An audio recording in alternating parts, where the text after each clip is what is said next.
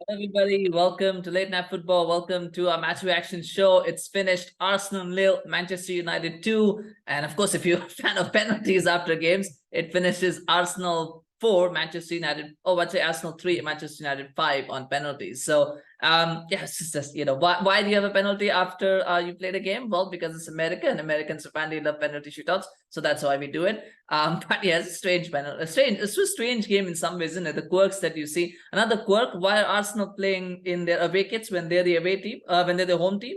And United were playing in their home kits when they were the away team. I mean, up is down, down is up. It's preseason, that's what it is. But maybe that tells you the nature of how serious this game really was. Because ultimately, I think there will be people will be talking about, well, how good of a result this is for Manchester United, how bad of a result it is for Arsenal. And I just want to point out to these little things there that show just how serious it is. And the reality is that it's not.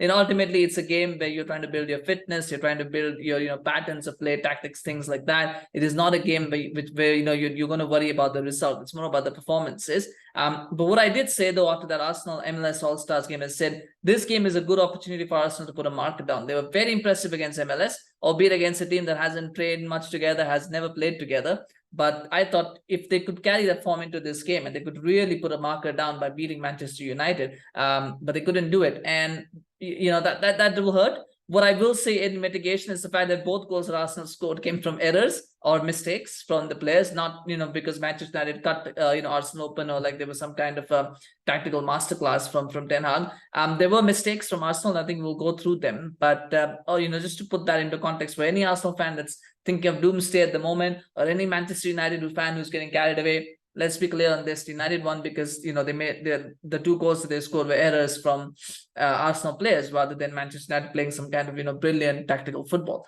That being said, there were mistakes. I think the biggest mistake, and as I pointed out this in the other game as well, can Odegaard, Rice, and Havertz work together as a midfield? I mean, that is a question. I don't think they can, at least not in games like these, against Manchester United, against Manchester City, against probably Chelsea as well. When you're playing away from home against these kind of teams, I don't think that midfield three can work. Now, the question is, who do you drop from that?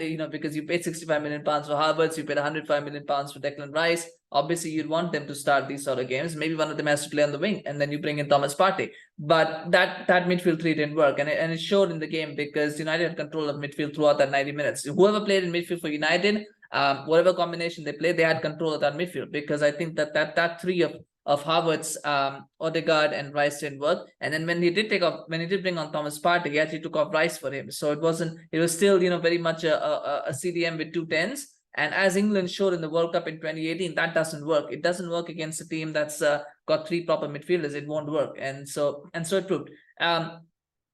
The two goals. Now, let's talk about the errors. Now, the first goal, I thought, Arsenal could have pressed a little bit harder on Heaton. When he made that pass, I think they were very, very casual. They were pressing, but they weren't really hounding Heaton. They weren't harassing him to, put a quick shot through. They were like, okay, yeah, we'll mark the players and we'll make you go long. That isn't obviously the best idea. Now, again, it's preseason, so maybe they didn't want to do too much. But I felt like maybe they could have attacked more, Heaton more, and then Heaton has time to pick a pass. He picks a good pass. Mainoo does very well, by the way, and I'll talk about him more later. But I thought he did very well on that run.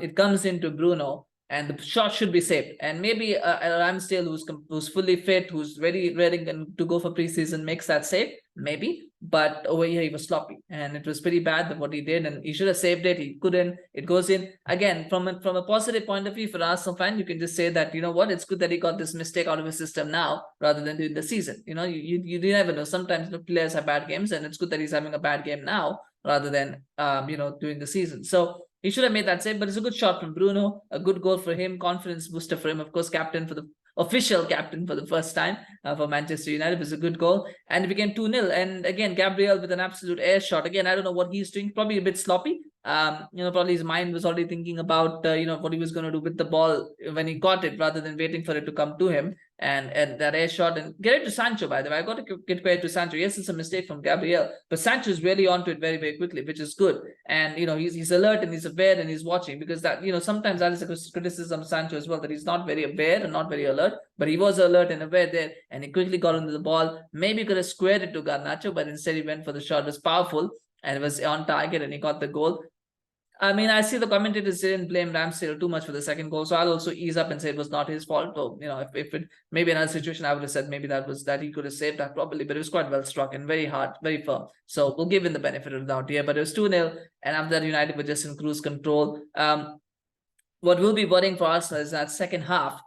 Despite the changes that United made, Arsenal never threatened. There was that chance for Nketiah where he, turned Eriksen inside out, and he probably should have done better with the shot. And I think the Havertz chance where he, put it over the bar, I think were the two best ones. They weren't on target, but they were the two best opportunities. But other than that, they really didn't create much. That will be a worry for Arteta.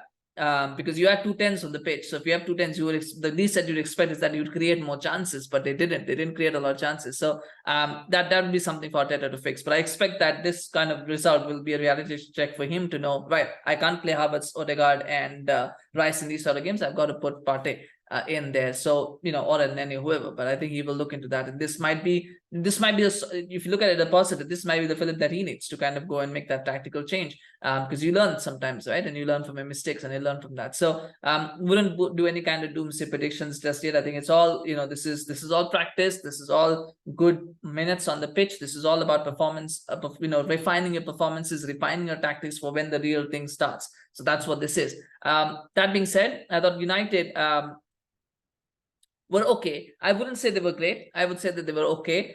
They played well in moments without ever really taking control of the game. I was very impressed with Mainoo. And what I will say about Mainoo is that I remember back in 2017, I saw Phil Foden play a preseason game against Manchester United. And City lost that game, but he looked impressive. And from that moment, I thought this guy is going to be a star. If he's managed well, this guy could be a star. And he goes and he's become a star. He's a top performer now. I get the same vibes when I see Mainoo. Now, I'm not saying Mainoo is going to become like Foden, but I do get the same vibes from him. Like, I feel like he's got something about him. He's got the ability. He's got the talent. Obviously, he's got the raw ingredients. Now it's up to Ten Hag. It's up to him to work together to make sure that they can nourish that, refine that, and make him into a star as well. But it was good to see how he played, and particularly against some of the first teamers of Arsenal. Probably he's a little bit ahead fitness-wise than the other players. I mean, Declan Rice is only playing his second game of preseason. Havertz, I think, also playing his second game. Odegaard hasn't played that much either. So he's playing, and this was his third game. So he's played more than those. So maybe he's a bit ahead of his fitness, and that helped him out. But he looked very, very impressed, and I like that. I still think he needs to go on loan. I still think that the best thing for him now is to go on loan rather than stay and be a bench player next season. I think he should go on loan somewhere, play 40-45 games in the championship or somewhere, and just hone that talent and get that, so that be able to perform at a level over a long period of games, rather than playing 10 games here and there. I think that would be better, but we'll see what happens. It was also a shame that Ahmad got injured. That was too bad as well. I do like Pellistri, and I think if it opens the door for Pellistri, then it's not that big a deal, but it is sad. It's always sad when somebody gets injured. What does it mean for his United career is another question. Will he now be asked to go on loan? Because this was the chance to impress Ten Hag, and he's probably not going to get that opportunity now. So we'll have to see what happens. I'm not going to be too harsh on the players who played their first game of the preseason. Like, I mean, there were quite a few who were making their first appearances, like Eriksen and Rashford and Garnacho, Casemiro. I'm not going to be. I mean, some of them had good games. Some of them were anonymous. I'm not going to be too harsh on them because this is first game, right? You've got to let players ease in, and you can't just jump on players because they don't have good performances in their first game. And I'm sure the same for Arsenal as well. What I will say about Arsenal, the one concerning thing as well, the other concern, aside from the result, of course, another concern thing was I thought Julian Timber looked very good against the All-Stars. In this game, he looked very average. I mean, he couldn't deal with Luke Shaw's runs. He couldn't deal with Bruno's runs. He couldn't deal with Garnacho's runs. He just looked, there were 2 times, I think, where he was caught out of position. And, with better composure, maybe United could have made Arsenal pay. But he was caught out of position a couple of times. So that is something he's going to work on. Again, second game of the preseason, still, adjusting to a new side, still adjusting to the environment. But that is an area that he's going to need to improve on. Of course, it also works that Ten Hag knows Timber and has worked with him for so long, so he probably knew his strengths and his weaknesses, so he could adapt to that as well. Maybe that's a factor as well. I'll have to see a few more games before I can make a complete judgment. But he didn't look as impressive as he looked against the All-Stars. So yeah, something for that happens, right? Players have ups and downs, so not a big deal. But ultimately, I think 2-0. I mean, kept a clean sheet for United, and that's good as well. The defense is going to be important. I mean, without a striker, United, the only way United are going to finish in the top 4, if at all, is going to be the defense is going to have to bail them out on a few occasions. Yeah, we'll see what happens with that. Maybe they'll get a striker in, I'm not sure. But yeah, without that, they're going to need that defense to work for them. But yeah, I'm not changing anything. I still think Arsenal are going to be very close to City. This season, or at least one of the few teams that are going to get close to City. I think it's going to be Arsenal going to be on them. I'm not going to change that right now just because they lost a game. But yeah, things need to improve. Things need to change, and we'll see if Arteta can make those changes, and that will be the important thing.